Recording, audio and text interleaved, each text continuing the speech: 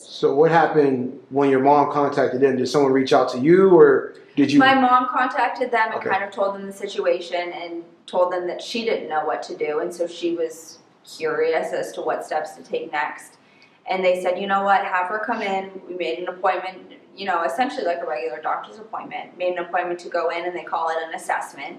And they would ask my eating habits, my exercise habits, and then they also, which I thought it was more going to be a healthcare evaluation, but then they ended up all asking me all these emotional questions, and they Like kind of, what? if the irritability that I was experiencing, or if I had anxiety around food or social gatherings, or if I was withdrawing from my friends, and it was things I wasn't even realizing, and I was like, oh my gosh, this is part of that? Like, all of this connects? And I was very surprised, and it opened my eyes to, like, wow, this is a problem. And I thought I was just living my day-to-day life, and I looked back and I was like, I am not the same person that I used to be. And it was very eye-opening to me. And I wish that would have been enough to just be like a kick in my butt and get me better. But it was so further, like, drilled into me that to come out of it was going to be a lot more than I thought it was. So after all that, you mentioned that you went to Chicago to an expo or like a I went to the wellness expo. What was it? The National Eating Disorder Association conference. A conference. Sorry. Yeah. When you went there, what was your mind at when you were going through that voyage? What was your mindset like? How are you able to? Okay, I'm going to Chicago. I'm going to do this, and this is what I'm going to do. Like, how did you get through that? I had tried treatment at the Emily program, and it just wasn't for me. With therapy and treatment facilities, you kind of have to have that personality click, and it didn't work for me. So I didn't end up recovering at that facility. Okay. And so me being a science person, me being a nurse, I wanted to see things from a different perspective. And I said, you know what, maybe if I look at it from a healthcare professional point of view, if I take a step back from being me diagnosed with anorexia, maybe if I look at myself from an outsider, I might see what I'm doing wrong and be able to fix it. So I went to the NEDA conference in Chicago as a research project, essentially. I wanted to sit back, I wanted to listen to the professionals and see what would work for me, since I had tried things that hadn't. So you went there, you got to see all these different businesses, organizations, or individuals promoting, this disorder, or this thing that was going on with you. How did, you figure out which person or business was the correct place for you to take your, your life to? I had already researched a few on my own. I said it had had such an impact on my life that I was willing to invest all of my earnings from nursing so far. I was willing to borrow from anyone that I could to make it go away. And so I said, I need to find the absolute best that I can. Because again, from a science and a healthcare perspective, I was like, it just needs to be the best, because I'm not doing this anymore. Right. So the Eating Recovery Center has a few locations, and they're so well known, and they're in Chicago. So I was like, I'm here. They have such good, I had met people that had gone to treatment there before. I met people that worked there at the conference. And I said, you just got to take the jump, and you just got to do it. Right. So I got my assessment with them. Right. So we have some similar, and I went to Chicago for a different reason, but it was like similar result, trying to get better. And Chicago is one of the best cities I ever lived in my entire life. And it taught me how to, work all day. They always were working outside, it was busy and traffic and all that. So I can relate. You got to adjust to a different, city too. I'm not a big city person, and so I was like, oh my god. Yeah, it's tough. Yeah, it's tough. Chicago has a very warm place in my heart. It's like my second home. So I always tell people I love Chicago. So when you came back from Chicago, did you move back home or did you? So I got at the end of the NEDA conference. The NEDA conference was 3 or 4 days. The last day I had my assessment at the Eating Recovery Center, and to make myself accountable, which is something I always do and encourage anyone with eating disorders to do, is say what's on your mind out loud. Make yourself accountable. Have someone else know what needs to be done so that they can kind of check you if you're going to back out of it. Right. So I called my family and I said out loud, I will do whatever the Eating Recovery Center recommends. What was the name of it again? The Eating Recovery Center. Okay. And they recommended inpatient treatment. So what does that mean? That means that I was in supervised living. Okay. They put me up in an apartment with other people that were recovering, and it was 24/7 observation, 24/7 therapy, supervised meals, supervised activities. And I was there for like 3.5 months. So what was a typical, day? A normal So day. yeah, a normal day. I mean, it's very. We could do a whole video on like a day in the life of someone in treatment because it's very eye-opening. And nurses are known to be the worst patients, and they're like, "Listen, you're not a nurse here. You're a patient. You really need to like take yourself out of the healthcare." But anyway.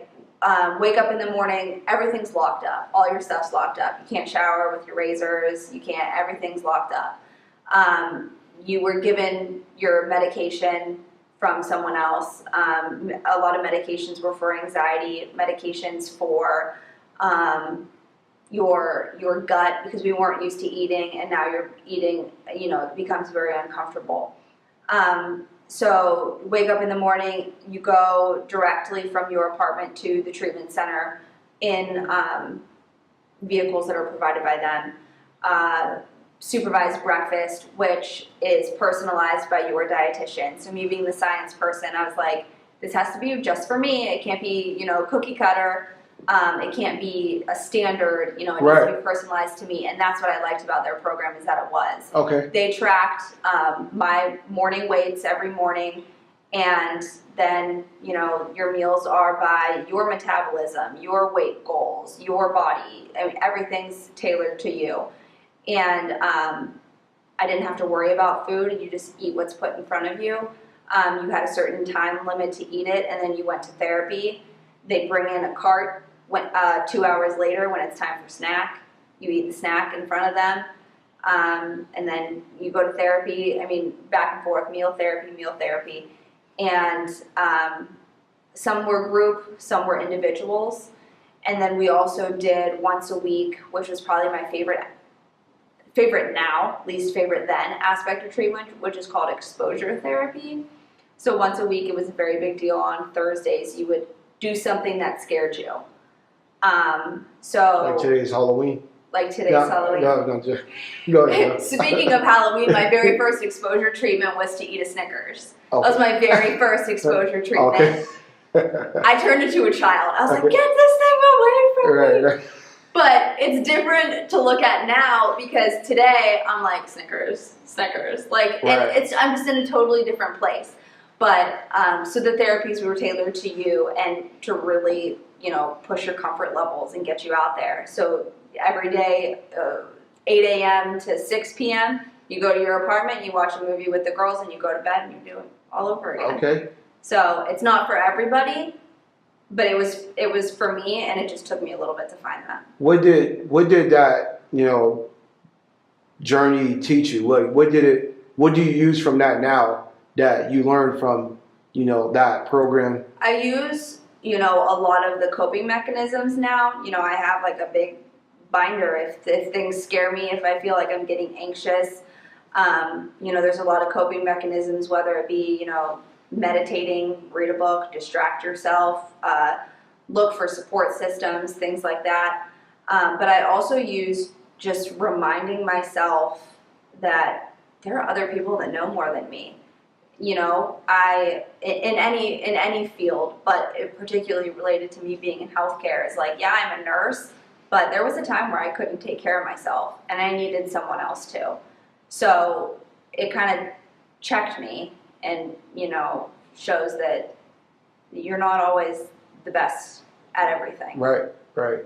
And I can relate to that because we all have to learn from someone, or from someone that did it before you. So, what was your mission and your outlook and your your motivation after you went through the treatment center to back to reality, back to home, back to your everyday life? It's a real fear and a real statistic that a lot of people diagnosed with eating disorders relapse, which was something that I did not want to do.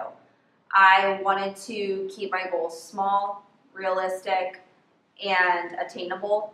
So me, everyone says dream big, which is totally, I'm an advocate for that, but you also have to keep it realistic, keep it in today, keep it in the present. So I wanted to, first and foremost, get back to work. I had started grad school when I was in treatment, which luckily was online, my first semester. So, in between therapies or in between treatment and in the evening, I would study to become a nurse practitioner. So, I wanted to keep things small and attainable, get back to work, continue school, and obviously have the fuel in my body and the energy to keep going. So those were my. So what were things like you were like trying to do? Like what was like a normal, not a normal day, but what was like some of the days like you went through? Did you go to the gym? Did you try to go to the gym? I was back to going to activity, which for me helps. I had to keep it on a time limit. I had to keep my workouts, not too overwhelming for my body at the time. I couldn't burn what I was not taking in. So I, kept recovery my number one focus when I moved back to Youngstown from Chicago. You love Youngstown, don't you? I do love Youngstown. Go ahead. So I home. enjoyed Youngstown. I mean, Right. Mill Creek Park has been my therapy since coming back from Chicago. You just find your place where you're comfortable. Okay.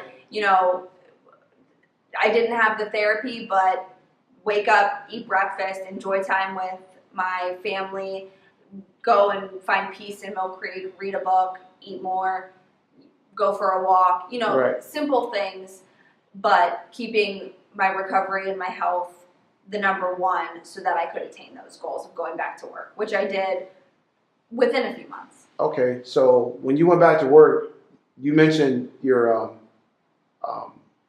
nutrition specialist, or I don't know, is that the right? I am a nutritionist now. Okay, why did you seek out help? Why did you seek it out? My love for Youngstown unfortunately lacks eating disorder awareness and eating disorder treatment facilities. Right. So I had to take it upon myself in finding help, and I reached out to, there's different terms like dietitian, nutritionist, registered dietitian, and then there are some therapists around here, not many specialize in eating disorders, but which is different than, depression or anxiety disorders. So you kind of want to find what fits. And I found a nutritionist that, she's younger than me, but she's smart as heck, and she pushed me. And it was just that click. We had the same goals for myself.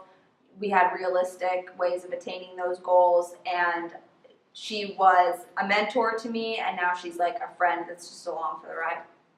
Got you. So what impact did she have on you to where you're trying to inspire, people, through your social media, through, different things you want to eventually do? Yeah. How did you, get inspiration from, your dietitian? She inspired me in that she appeals to the scientific side of me. There's a lot of stigma against something as simple as a carbohydrate or eating candy or whatever. And she would describe to me down to like molecular science that it's not something to be afraid of. And that's what I needed.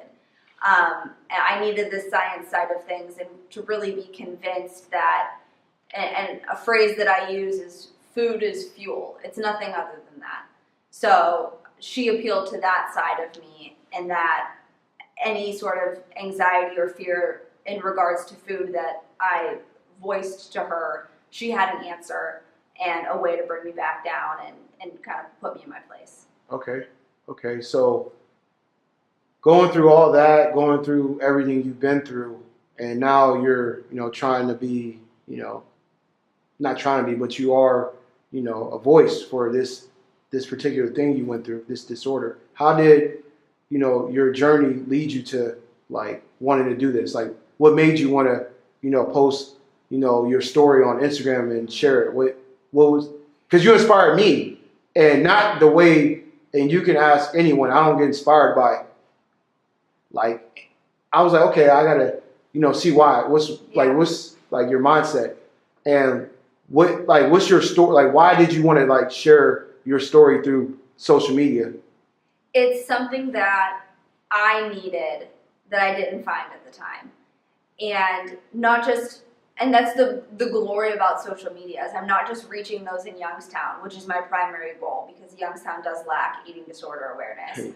But social media, I can reach anyone anywhere, and I can brand it to myself and my story, which, yes, is unique to me, but putting myself out there kind of, I hope that people will read it and say like, oh, well, that's something that I've kind of thought of before. And that doesn't mean that they have an eating disorder, but if you can improve on one thing in your life and improve on something, I mean, why not? No, you're right. And I think that a lot of people don't understand that. Why not help someone? Mm-hmm. And a lot of it's education. I mean, I hope that, like I said, my parents or my upbringing has absolutely no blame on my eating disorder, but people are very naive, which is what I've noticed, and I was at the time. And so maybe it's like, oh, well, I see a friend that kind of does similar things, or I see a friend that like is always turning down going to lunch or not wanting to come out, and it's just kind of like a conversation starter. Like, are you okay? Is there something we need to talk about? Just opening people's eyes a little bit is my ultimate goal. What kind of mission are you on? Like I'm on a mission right now to just motivate anybody through, like, not anybody, but through what I love to do. Mm-hmm. So recently I've been doing gaming, and I feel like gaming is just a different avenue of ways I can, break down how to be. I don't know. I'm really like detailed now, mm-hmm. and I like seeing things like for the first time. I like filming too. I like seeing like what mistakes I made and how I can get better. And right now I'm in gaming, and I want to reach, the gaming industry, because a lot of it is not good. I see a lot of kids on there, like my nephew, that's going through things that, people bullying them on there and stuff. Just little things I see. Mm-hmm. And I'm like, okay, if I can go on the gaming thing and, influence positivity in what I do now, how can I change the world? And I don't just do anything just to do it. Now I'm like really precision. So I know that you probably have similar mindset as me. How do you feel like you're going to carry out like that mission, like to, okay, this is what we're going to do? How do you feel like you're going to build it up, like build your brand? Like, how do you feel you're going to build it? I think it'll mostly be done in a conversation. I think that ultimately I just want to have big, my dream would just be having a big sit down in a lecture room and people just voicing their frustrations or concerns, because, and a pro and con of social media is that like everything's out there, and this girl looks really good in a bikini, but I mean, should I be working out like she works out? Or like her breakfast looked smaller than mine. So, and her breakfast didn't have carbs, and they're on the keto diet, and it's just finding what is for you, right? And not nitpicking everyone else's, because that's what I would do. I would compare myself and all this comparison, and I just want, and now I found this like freedom, and I just want everyone to be as free as me. I just want everyone to feel the freedom to look at stuff like that and not adjust their own daily life because of that.